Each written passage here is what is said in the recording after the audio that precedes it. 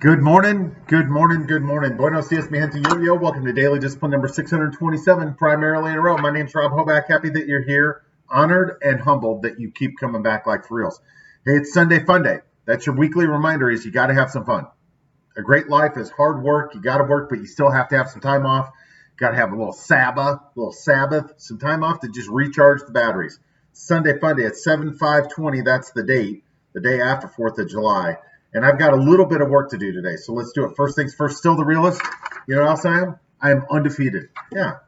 So I had family in town. My sister Jen and her husband Rico and Grace and little Rico or Isaiah came to visit. And so, my sister's looking around at the HBO, the Hillbilly Backyard Oasis, and says, "Hey, can we get out those bag sets?" I'm like, "Sure."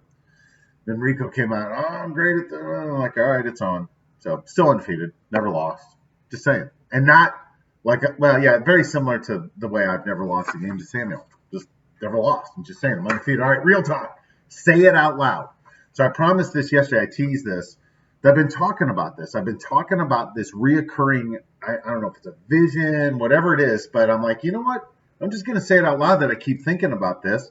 And then when it happens, people are like, oh my God, you just spoke that into existence. Like, did I, or did I just tell you what was being sent to me? I don't know. Right? So here's the deal. Since I moved down here, 5 years ago, and 5 years ago in August, bought this house. So just about 5 years. Anyway, the local Fox channel, Fox 23, does a fundraiser every year where they work with a home builder and they build these beautiful dream homes. And you can buy a raffle ticket for $100. And if they draw your number, you win this house. The house this year is worth $550,000. Heard this morning on the news that they'd raised $1.1 million to donate to St. Jude. So, I mean, it's a win-win. So, a couple years ago, my kid's like, "Dad, we got to play. And last year was the first year we participated. But, I didn't have any expectations, just did it. Obviously didn't win. Well, this year, even before it started, I just kept having this thought. I'm like, oh, my God, like if I buy that ticket and they draw my name, I'm not moving to Owasso because that house is like 30 minutes away from here, right? And there'll be all kinds of news coverage to this, that, and the other. And I'm like, if they pull my name out, I'm immediately going to tell them, like, we are going to flip that house. We're going to sell it because that's great that we want it. But that's not where we're supposed to live. We're supposed to live up in Bartlesville, Oklahoma at the VOP, right? The Villa at Oak Park. And so, we'll flip it, take the money. And I'm sure the news would love that. That'd be all over the news, right? Like, and tell them, say, look, we participated because we wanted to help St. Jude, all the beautiful things they do for children. If as a byproduct of that, we win a house, that's great. But again, we don't want to live in Owasso. We need to live here. This is where my kids live. This is where our family is. We don't need to move 45 minutes away. So yeah, say it out loud. What's the worst thing that could happen? Nothing comes of it? Like, that was a good idea.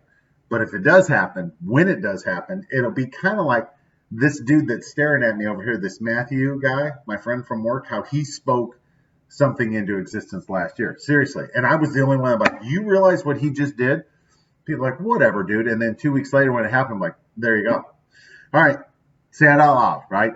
You got to say it out loud. You got to believe it. And I absolutely believe that yes, I absolutely believe this, right? I would not be surprised nor shocked if that phone call came to me like, "Rob, you won that house." And then, wow, how fun would that be? All right, let's move on to our thank yous, and then we're done for the day. Number one, God is good. God's been good to us in the good times and the bad, right? We had a great day yesterday.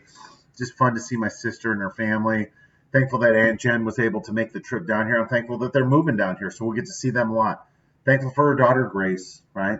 Just love her. She's just this meek, kind human being, right? People like her just make the world a better place because she's the very best of her mom, right?